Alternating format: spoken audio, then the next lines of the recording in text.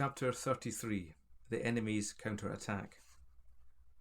Satan's strongholds had been attacked, and his influence over the minds of men exerted through the Romish system greatly weakened by the gospel revival of the 16th century, which is called the Reformation. Persecution, torture, and death in its most horrible forms had failed to quench the gospel flame. Other means must be found to restore, if possible, the power of the papacy. The history of Europe for a century or more is characterized by Rome's determined efforts to regain her power over the world. Spain and Italy were still faithful to the Pope. The gospel seed sown there had been virtually stamped out. The lost territory in Hungary, Bohemia, and Poland had been regained by brute force. In Germany, Switzerland, Holland, Scandinavia, and Britain, and, in part, in France, the faith had taken root and was flourishing. A vast plan had been conceived to recover all the lost territory and bring the kingdoms of Europe back into subservience to the Roman pontiff. Torrents of blood had already flowed during the second half of the 16th century in pursuit of this aim. The destruction of the Armada had dealt it a terrible blow, but Rome would not admit defeat. She had at her disposal now a new force, the Jesuits, the so-called Society of Jesus, founded by Ignatius Loyola in 1540. Loyola was born not long after Luther, and seems at one time to have passed through a period of darkness and distress like the latter. The issue was utterly different. He first sought fame as a warrior, but after recovering from an almost mortal wound, the whole current of his life was changed, and he became a religious fanatic. He began to see visions and conceive grandiose schemes to serve the Romish Church. He propounded and put into effect a plan to form an army of bigoted zealots of his own ilk who would recover the world for the Church of Rome. Members of the order had to undergo a most severe training and were bound by a vow of absolute obedience to carry out the will of their superiors. Their philosophy was one of pure expediency. The ends justified the means, however base. Truth, honour, righteousness, every right moral principle was subordinated to the final aim. An evil system, however, carries within it the germs of decay, and in process of time the Jesuits came into conflict with governments, and even with the papacy itself, for it became more powerful than the Pope. It permeated like a leaven throughout society, among the rich and among the poor. Its influence spread like a web all over Europe. It had its public and its secret arms. By founding schools and colleges it influenced youth. Kings and princes were among its pupils and devotees. There was no disguise they, the Jesuits, could not assume, and therefore there was no place into which they could not penetrate. They could enter unheard the closet of the monarch or the cabinet of the statesman. They could sit unseen in convocation or general assembly and mingle unsuspected in the deliberations and debates. There was no tongue they could not speak, and no creed they could not profess, and thus there were no people among whom they might not sojourn, and no church whose membership they might not enter, and whose function they might not discharge. They could execrate the Pope with the Lutheran, and swear the solemn league with the Covenanter. They had their men of learning and eloquence for the halls of nobles and the courts of kings. They had their men of science and letters for the education of youth, their unpolished but ready orators to harangue the crowd, and their plain unlettered monks to visit the cottages of the peasantry and workshops of the artisan. Wiley's History of Protestantism. Ere the Reformation ardour had died down, they had penetrated its very stronghold in Germany and succeeded in effecting, in some measure, a revival of popery. Thus, while their teachers were busy instilling Romanism into the minds of youth, there were others operating in the courts of the great. The pacification of Augsburg in 1555 was a reluctant measure of toleration to Protestants in the German Empire, and it was the intention of the popish powers to sweep it away as soon as possible. The Protestant Union was formed in 1608 to counter this threat. Rome's answer was the formation of the Catholic League in 1609. At its head was Maximilian, Duke of Bavaria, a bigoted disciple of the Jesuits. The object was to complete the restoration of popery in Germany by force of arms. The result was the 30 Years' War, which began in 1618 and continued till the Peace of Westphalia was signed in 1648. Ferdinand II, who succeeded to the German Empire in 1619, resolved to subdue the Protestant princes and extirpate the reformed religion. In the first 12 years, the armies of the popish powers spread like a flood over Germany. Fearing the effect their victory might have on his own dominions, Gustavus Adolphus, King of Sweden, invaded the country in the Protestant cause.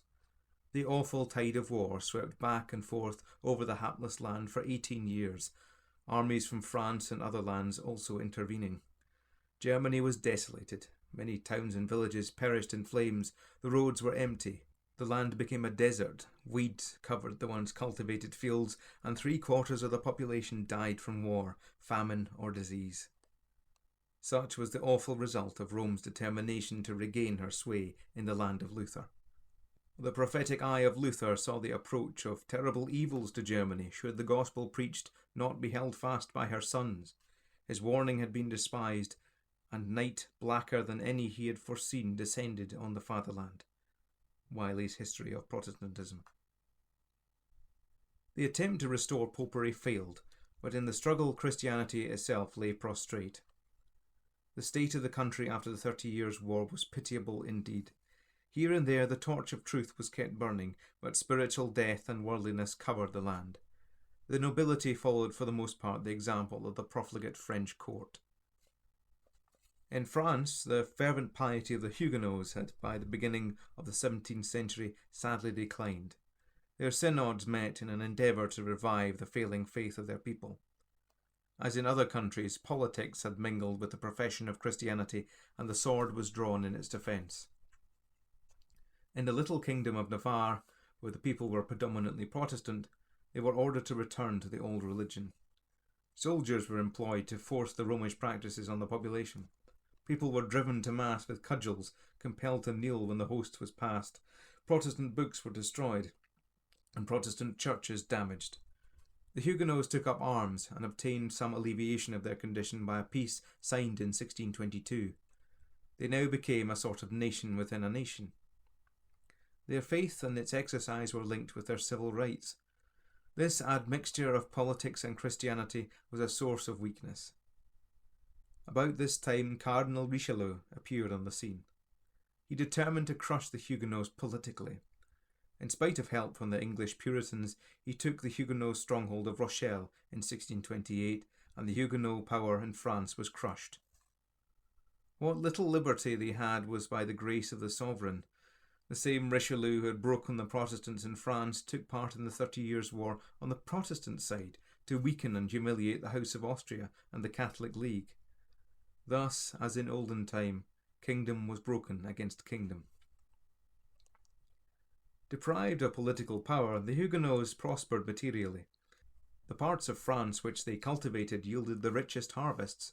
Their diligence and honesty made them prosperous in trade and industry. In the learned professions, too, they made their mark.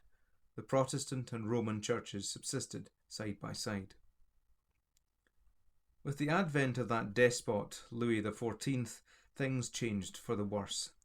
He set himself to extinguish Protestantism. They were oppressed and harassed in every conceivable way. Even bribery was attempted to cause them to return to popery. Many fled the country. When other means provided inadequate, a truly horrible plan was devised. Soldiers were billeted on Huguenot families and encouraged to ill-treat them. They were told they might do with them what they pleased, short of killing them. They gave rein to their passions, says Migault, describing the horrors of which he was eyewitness. Devastation, pillage, torture, there was nothing they recoiled at. The details must be suppressed. They are too horrible to read. The poor people knew not what to do. They fled to the woods. They hid themselves in the caves of the mountains. Many went mad. Others, scarce knowing what they did, kissed a crucifix and had their names enrolled among the converts. The emigration was resumed on a great scale. Thousands rose to flee from a land where nothing awaited them but misery. The court attempted to arrest the fugitives by threatening them with the galleys for life. The exodus continued despite this terrible law. The refugees were joyfully welcomed in England and other Protestant lands, to which, with their persons, they transferred their industry, their knowledge of art and letters, and their piety. This diabolical form of persecution, known in history as the Dragonnades, was carried out all over southern France. The Huguenots endeavoured to find refuge in the forests and in the deserts of the Cevennes or the mountains of the Pyrenees. Even there they were pursued and hunted like animals, and if they failed to abjure, were destroyed without mercy. The crowning act of base tyranny then fell like a thunderbolt. The Edict of Nantes was repealed. The reformed worship was thereby outlawed, the churches of the Huguenots were destroyed, their pastors were banished, their schools were closed. Henceforth all children were to be baptized in the Romish Church and brought up in the Romish religion. To this end the children were taken from their parents and put in popish schools and institutions. Rome and her partisans hailed these tyrannical measures with delight and heaped encomiums on the king. Medals were struck to celebrate the victory. It is sickening to read the long tale of woe which was the lot of the hapless Huguenots. Like the suffering saints of old, those who wished to worship God according to their consciences could only do so in dens and caves or on mountain tops.